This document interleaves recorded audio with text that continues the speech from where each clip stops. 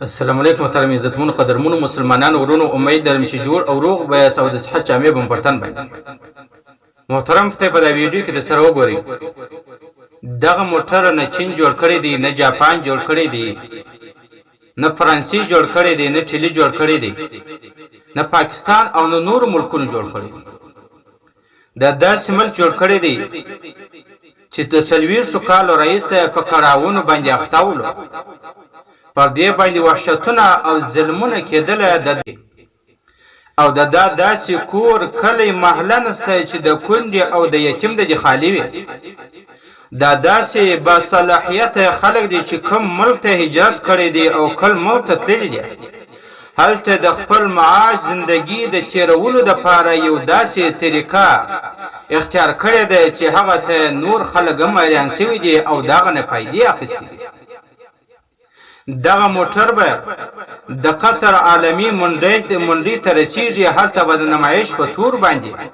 دی هم پیش کول کیږي. دا خبره څه عجیبه نه ده، څه ناشنا نه ده چې دا موټر په افغانستان کې جوړ شوی دی، بلکې عجیبه خبره خو دا ده چې خلکو او ملکونو ډیر په کم نظر باندې ورته کتل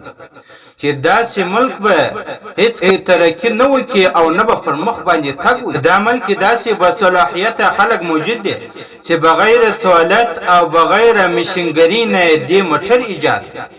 او بل خبره دا څه ناشنا خبره نه ده، لیکن دې ملک داسې ظلمیان سته او داسې بهادره صلاحیت انجینران سته چې ټانګونه هم جوړ کړو، هغه په کمپیوټر باندې چلیږي او ټکان هم کوي. او داسې بصلاحیت خلک په دغه ملک موجود دي، داسې ماشین جوړ کړي چې هغه د سکیل ګولۍ هم خوري، هغه د ماشین ګولۍ هم خوري، هغه د خپل امپور ګولۍ هم خوري. یعنی په دغه درې قسمو کې چې کم قسم ګولۍ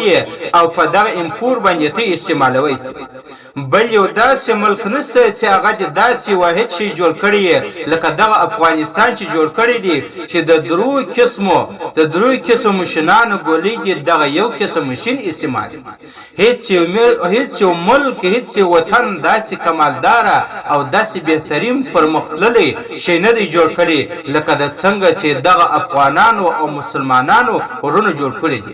الله تعالی دې نور هم ترقي ورکړي، الله تعالی دې نور هم پرمختګ ورته نصیب کړي، الله تعالی دې دغه ورور ژوندی او دائم ولري، الله تعالی دې نور هم کامیاب کړي.